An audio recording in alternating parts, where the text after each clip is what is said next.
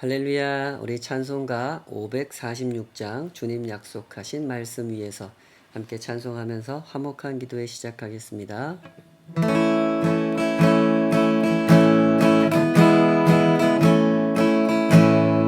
주의 약속하신 말씀 위에서 영원토록 주를 찬송하리라. 소리 높여 주께 영광 돌리며 약속 믿고 굳게 서리라. 굳게 서리 영원하신 말씀 위에 굳게 서리. 굳게 서리 그 말씀 위에 굳게 서리라. 주의 약속하신 말씀 위에서 세상 염려 내게 엄습할 때에 용감하게 힘써 싸워 이기며 약속 믿고 굳게 서리라. 굳게 서리 영원하신 말씀 위에 굳게 서리. 굳게 서리 그 말씀 위에 굳게 서리라.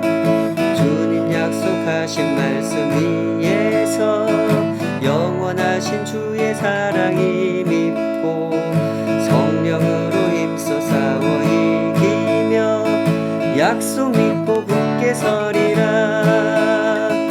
굳게 서리 영원하신 말씀 위에 굳게 서리. 굳게 서리 그 말씀 위에 굳게 서리라. 주님 약속하신 말씀 위에서 성령 인도하는 대로 행하며 주님 품에 항상 안식 얻으며 약속 믿고 굳게 서리라. 굳게 서리 영원하신 말씀 위에 굳게 서리. 굳게 서리 그 말씀 위에 굳게 서리라.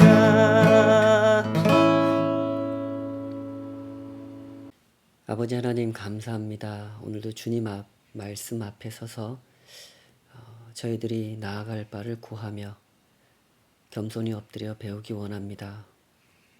주님의 음성을 사모하는 종들에게 그 말씀을 들려주시고 하나님의 지혜가 또 그 사랑이 저희들을 어떻게 어루만지고 계시는지 인도하고 계시는지 잘 분별하며 따라갈 수 있도록 우리를 인도하여 주시옵소서. 예수님의 이름으로 기도하옵나이다. 아멘.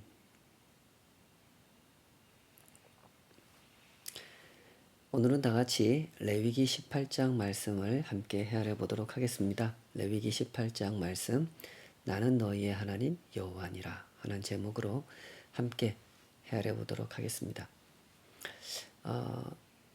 많이 경험들 하고 계시는 것과 같이 레위기는 진입하기가 참 쉽지 않은 책입니다. 책을 열자마자 제사법을 쭉 상세하게 나열하는 방식으로 설명을 하기 때문에 제사를 지내지도 않고 제사를 지내본 적도 없는 오늘을 살아가는 우리가 읽어내기에는 흥미를 느끼기도 어렵고 또 그 내용을 파악하는 것도 그렇게 간단하지 않은 면이 있습니다. 그러나 이 책이 이 출애굽이라고 하는 구원을 경험한 사람들에게 주어진 하나님의 말씀이라는 점을 생각하면서 이 책을 읽어가게 되면 이 책과 우리 사이에 벌어져 있는 그 간격을 조금씩 좁혀갈 수 있게 되는 것이죠. 지나간 내용들을 간단하게 살펴보면 레위기는 전체 27장으로 구성되어 있죠. 1장부터 10장까지는 제사법에 대한 이야기, 제사장 위임식에 대한 이야기, 또 그 위임식이 끝나고 한 가지 불상사가 일어나게 되죠. 아론의 두 아들 나답과 아비후가 제사 지낼 때 쓰는 불을 잘못 사용함으로써 하나님의 징계를 받게 되는 그런 사건을 소개합니다. 그리고 11장부터 15장까지 이 정결법에 대한 내용을 쭉 설명을 하죠. 16장, 17장은 대속제일 규례와 피규례를 설명합니다.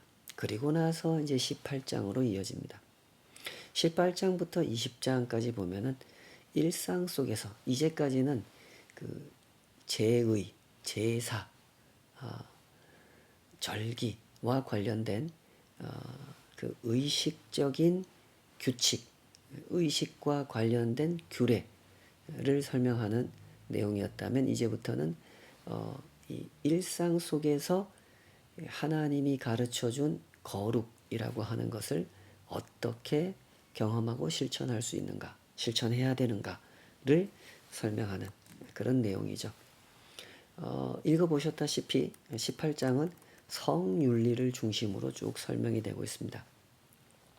이렇게 이 레위기의 전반적인 내용을 정리를 해보면 이 레위기가 출애굽의 구원을 경험한 이스라엘 백성들에게 하나님께서 거룩한 법을 가르치려는 목적으로 주신 말씀이라는 것을 알 수가 있죠. 이것은 처음부터 하나님께서 강조하신 것이었습니다. 하나님은 그 백성들을 구원하여 하나님의 나라를 세울 것이라고 말씀하셨죠. 하나님이 왕이 되시고 그 이스라엘 사람들이 백성이 되는 나라, 하나님께서 친히 그 백성을 통치하심으로써 운영되는 나라를 세우시겠다는 것이 하나님의 목적이었습니다. 그러니 구원받은 이 백성이 이제부터 열심히 배워야 하는 것은 하나님 나라의 법과 규례입니다. 이 법을 따라 살아가는 법을 배우고 익혀갈 때 비로소 하나님의 통치가 실현될 수 있고 하나님이 이 백성을 구원한 목적이 실현될 수 있기 때문이죠. 이것은 오늘날 이민을 간다든지 망명을 한다든지 하는 것과 아주 유사한 면이 있습니다. 북한을 이탈한 우리 동포들이 남한으로 건너오면 제일 먼저 하나원이라는 데를 입소하게 됩니다. 이 탈북 이주민들을 교육하는 곳이죠. 무려 3개월 동안 그곳에 머물면서 남한과 북한이 어떻게 다른지, 왜 다른지, 남한에는 어떤 법이 있고 그 법은 어떻게 작동하는지를 배우게 됩니다. 그래야만 대한민국 사회에서 살아갈 수 있기 때문이죠. 지금 이스라엘 백성들이 받는 교육이 이렇습니다. 이제 애굽을 떠나 하나님을 따라온 그들은 애굽과는 다른 나라, 하나님의 나라에서 살게 됐습니다.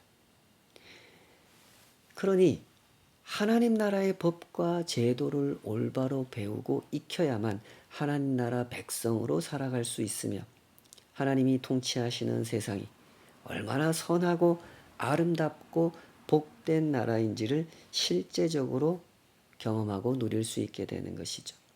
때문에 레위기 18장에서도 거듭거듭 반복되는 말이 이런 말인 겁니다. 나는 너희의 하나님 여호와니라 너희는 내 규례와 법도를 지키라. 왜 하나님의 법도와 하나님의 규례를 지키라 그럽니까? 너희는 내 백성이니까. 나는 너희의 왕이니까.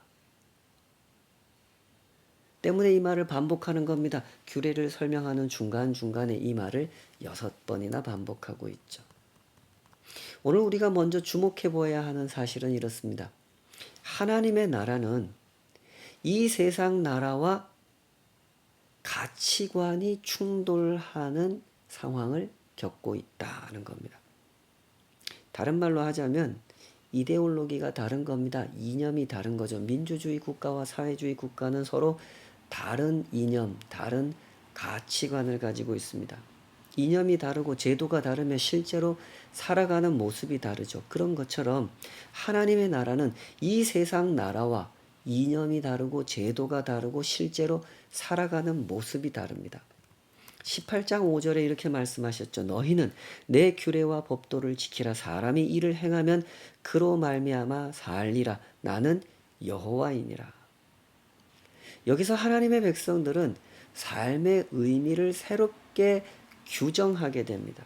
애굽에서 살 때는 애굽의 법을 따라 애굽의 풍속을 따라 살아가면서 삶의 의미라는 것을 규정했지만 이제 하나님 나라에 들어오게 된 이상 하나님의 법을 따라 살면서 자기에게 주어진 삶의 의미를 새롭게 규정하게 된 겁니다. 애굽에서 살 때는 삶을 어떻게 규정했습니까? 삶이란 쾌락이라고 규정했고, 삶이란 소유라고 규정했으며, 삶이란 경쟁이라고 규정했지만, 이제는 그런 이념을 다 버리라고 하십니다.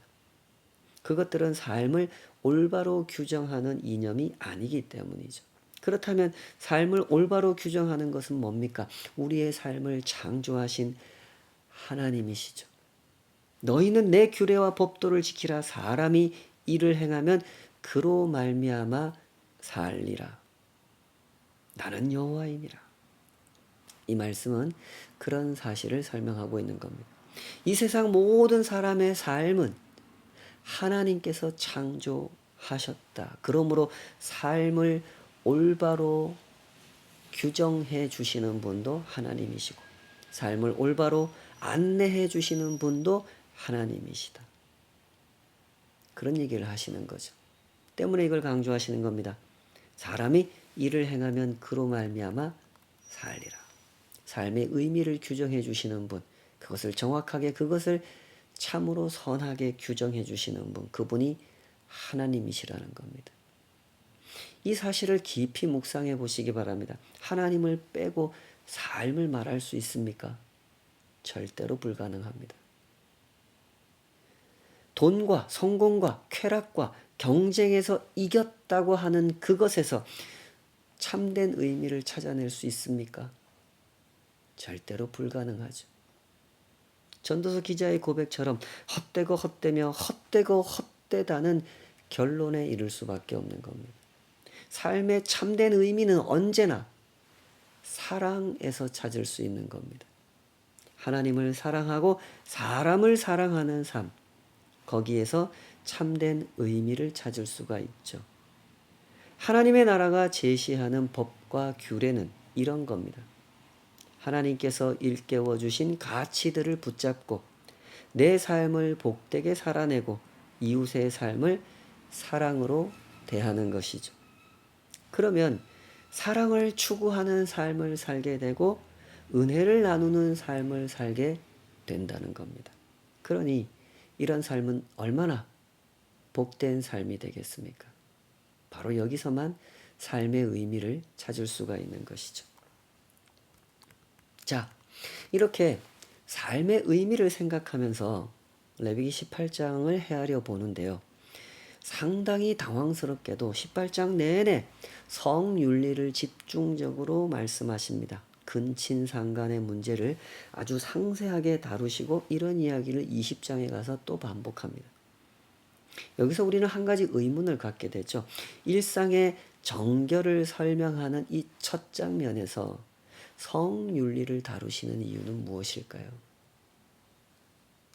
제가 보기에 성이라고 하는 것은 그 의미가 왜곡되기에 가장 쉬운 대상이기 때문에 그런 것 같습니다. 언제나 그렇죠. 의미가 변질되면 활용도 변질됩니다. 이론이 변질되면 실천에도 문제가 생기죠.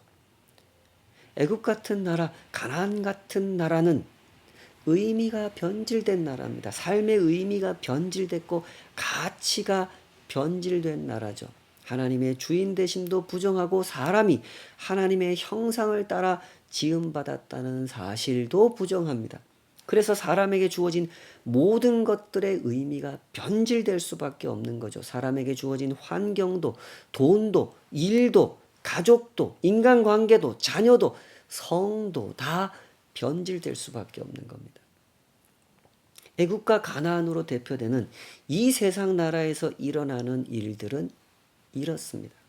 의미를 변질시키고 활용도 변질시키죠. 그 중에서 가장 쉽게 변질되면서도 가장 치명적인 파괴 현상을 일으키는 것이 바로 성이라는 영역이죠. 18장, 20장에서 근친상간의 문제를 다루는데 사실상 이 문제는 단순히 성 문제만을 다루는 것이 아니라 하나님께서 주신 성의 의미를 변질시켜 성을 악하게 활용함으로써 관계가 깨어지는 문제로까지 이어진다는 것입니다. 그래서 더더욱 중요하게 다룰 수밖에 없는 것이죠. 18장 17절에는 이렇게 말씀하셨죠. 너는 여인과 그 여인의 딸의 하체를 아울러 범하지 말며 또 그 여인의 손녀나 외손녀를 아울러 데려다가 그의 하체를 범하지 말라. 그들은 그의 살부치이니 이는 악행이니라. 근친상간의 범죄를 다루시면서 거듭거듭 강조하시는 말씀을 보면 이런 말씀이 따라 붙습니다. 그것은 살부치에 대한 범죄다. 그것은 가족관계를 파괴하는 심각한 악이다라는 거죠. 하나님의 나라에서 주어진 최고의 법이 무엇입니까? 사랑이고 존중이죠. 너는 마음을 다하고 뜻을 다하고 힘을 다하여 주 너의 하나님을 사랑하라. 내 이웃을 내 몸과 같이 사랑하라는 법.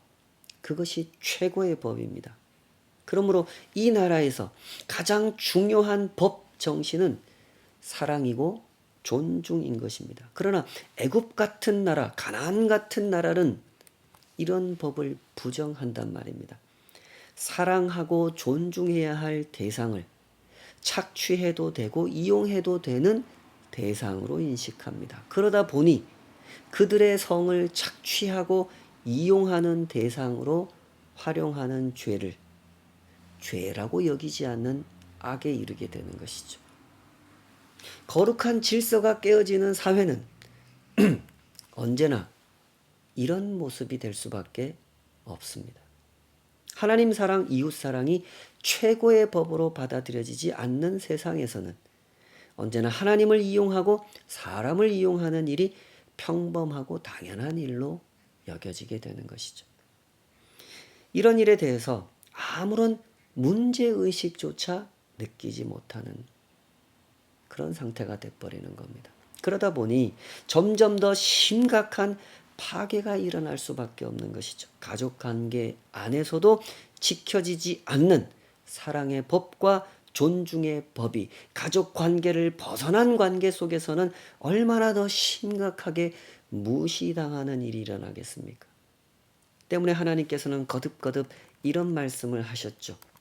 18장 3절 너희는 너희가 거주하던 애굽 땅의 풍속을 따르지 말며 내가 너희를 인도할 가나안 땅의 풍속과 규례도 행하지 말고 18장 30절 그러므로 너희는 내 명령을 지키고 너희가 들어가기 전에 행하던 가증한 풍속을 하나라도 따름으로 스스로 더럽히지 말라. 나는 너희의 하나님 여호와이니라. 나라에는 법이 있고 그 법은 그 나라의 가치관, 그 나라의 정신을 드러냅니다. 무엇을 가장 소중하게 여기는지, 왜 그렇게 소중하게 여기는지가 확인되죠. 때문에 하나님은 애굽의 풍속, 가나안의 규례를 따르지 말라고 말씀하셨던 겁니다. 하나님 사랑, 이웃 사랑을 최고의 법으로 여기지 않는 나라, 그런 나라에서 일어나는 파괴와 착취와 고통과 죄악을 너무나도 잘 아시기 때문이며, 그러나 그런 고통은 쉽고 간단하게 끊어낼 수 있는 것이 아니라는 사실을 잘 아시기 때문이죠. 실제로 이스라엘 백성들의 삶이 그러지 않았습니까? 마치 군대에서 이 자기 후임병들을 굉장히 악독하게 괴롭히는 그런 선임병 밑에서 군 생활을 했던 후임병이 세월이 지나서 자기가 선임병이 되면 내가 그토록 미워했던 선임병의 악한 행동을 내가 따라하고 있는 그런 악순환이 반복되는 곳이 과거의 군대였습니다. 요즘은 잘 모르겠습니다. 이스라엘 백성들이 애굽에서 그렇게 하나님을 사랑하지 않고 이웃을 사랑하지 않는 그 애굽에서 그렇게 큰 고통을 당하며 살아온 사람들이 아닙니까? 그러나 그들은 가나안 땅으로 건너와 하나님의 나라라고 하는 그곳에 거주하면서 무슨 짓을 저질렀습니까? 애굽 사람들이 과거에 자신들에게 행했던 그 악을 답습하고야 말았죠.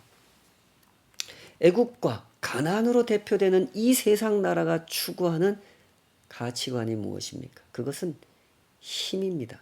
내가 스스로 하나님이 되겠다는 것이죠. 이것은 대단한 매력을, 대단한 마력을 가지고 있습니다.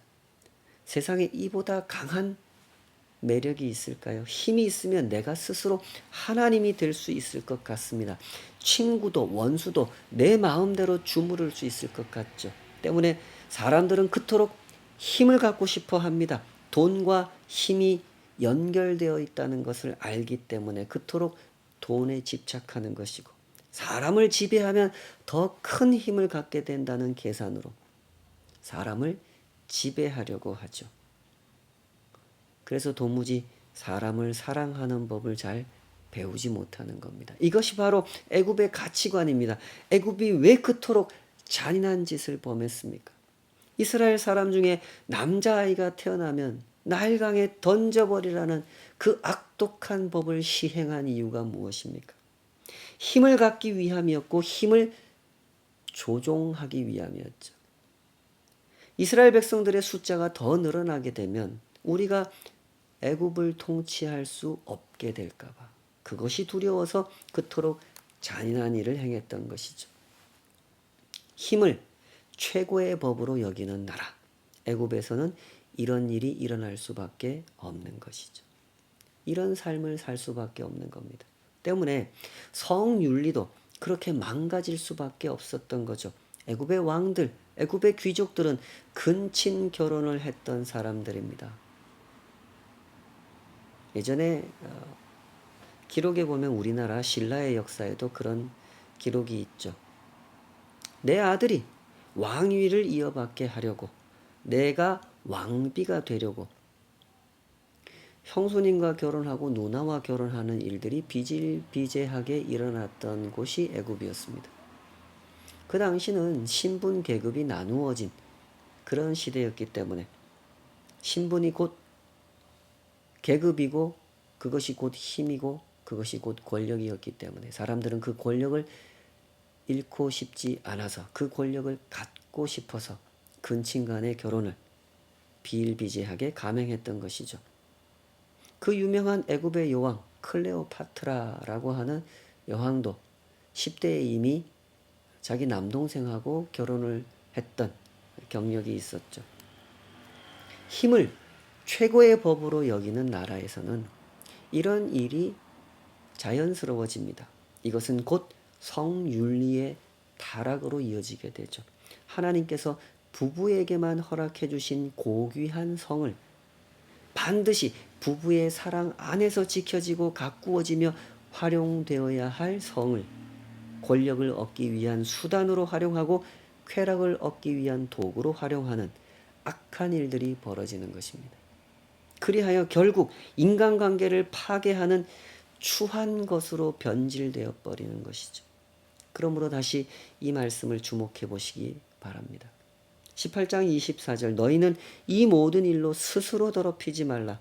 내가 너희 앞에서 쫓아내는 족속들이 이 모든 일로 말미암아 더러워졌고 그 땅도 더러워졌으므로 내가 그 악으로 말미암아 벌하고 그 땅도 스스로 그 주민을 토하여 내느니라. 이 경고의 말씀 앞에서 우리는 하나님의 나라가 세워진다는 말씀의 의미를 헤아려 볼 수 있게 됩니다. 하나님의 나라가 세워진다는 것은 어떤 민족의 나라가 세워진다는 뜻이 아닙니다. 하나님의 나라가 세워진다는 것은 하나님의 땅을 더럽히는 악한 가치관, 악한 행실과 악한 법을 상대로 싸우는 나라가 세워진다는 뜻이죠. 이 나라에서 중요한 것은 정치도 아니고 경제도 아닙니다. 영토는 더더욱 아닙니다. 이 나라에서 중요한 것은 거룩입니다. 정결이고 하나님의 규례와 법도입니다. 그래서 그토록 경계하시는 것이 악행이고 더러움이고 문란한 일이고 가증한 풍속이라는 거죠. 하나님께서 세우시고자 하는 나라는 하나님의 통치가 구현되는 나라입니다. 그러나 하나님의 통치를 거부하는 백성들 사이에서 하나님의 규례는 거부당하죠. 하나님의 규례를 거부한 그 자리는 언제나 죄와 악이 가득하게 되어버리고 맙니다. 하나님께서는 이렇게 변질된 하나님의 땅을 새롭게 회복하시려고 이제 이스라엘 백성들을 애굽에서 구원하여 가나안으로 들여 보내려고 하시는 거죠. 그래서 이 세상에서 통용되고 있는 악한 가치관과 정반대의 가치관을, 하나님의 법도와 규례를 하나님의 백성들에게 이렇게 열심히 가르치고 가르치셨던 겁니다. 그래서 하나님의 사람들이 살게 된 현실은 어떤 현실이 됩니까? 가치관과 가치관이 충돌하는 현실이 된 겁니다. 이는 실제 상황이며 실제하는 영적 전쟁이죠. 매일매일 반복되는 이 전쟁터에서 성도는 그 거룩한 전쟁을 감당해야만 합니다. 이스라엘 백성들이 가나안 땅에 들어가서 싸워야 하는 싸움은 바로 이런 거죠. 이 세상의 악한 가치관을 상대로 하나님의 가치관을 붙들고 싸우는 싸움인 것입니다. 그러니 하나님의 백성은 어떤 준비 태세를 갖춰야 하겠습니까? 이 질문에 대한 적절한 대답이 에베소서에도 있습니다. 에베소서 6장 11절 유명한 말씀이죠. 마귀의 관계를 능히 대적하기 위하여 하나님의 전신갑주를 입으라. 우리의 씨름은 혈과 육을 상대하는 것이 아니요 통치자들과 권세들과 이 어둠의 세상 주관자들과 하늘에 있는 악의 영들을 상대함이라. 그러므로 하나님의 전신갑주를 취하라. 이는 악한 날에 너희가 능히 대적하고 모든 일을 행한 후에 서기 위함이라. 그런즉 서서 진리로 너희 허리띠를 띠고 의의 호심경을 붙이고 평안의 복음이 준비한 것으로 신을 신고 모든 것 위에 믿음의 방패를 가지고 이로써 능히 악한 자의 모든 불화살을 소멸하고 구원의 투구와 성령의 검 곧 하나님의 말씀을 가지라 그랬죠.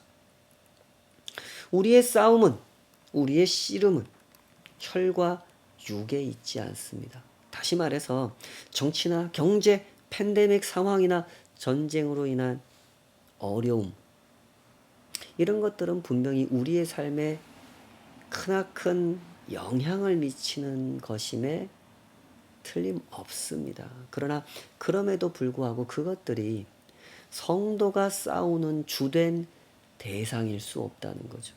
성도가 이 땅에서 싸우는 싸움의 상대는 악입니다. 하나님 사랑, 이웃 사랑을 거부하도록 유도하는 악한 가치관이죠. 조금 앞으로 가보면 에베소서 5장에서 이렇게 말씀합니다. 5장 1절 그러므로 사랑을 받는 자녀같이 너희는 하나님을 본받는 자가 되고 그리스도께서 너희를 사랑하신 것 같이 너희도 사랑 가운데서 행하라. 그는 우리를 위하여 자신을 버리사 향기로운 제물과 희생 제물로 하나님께 드리셨느니라. 음행과 온갖 더러운 것과 탐욕은 너희 중에서 그 이름조차도 부르지 말라. 이는 성도에게 마땅한 바니라. 에베소서에서 중요하게 다루는 주제 중에 하나도 바로 이겁니다. 성도가 직면에 있는 싸움을 잘 싸우도록 격려하고 도전하는 일이죠.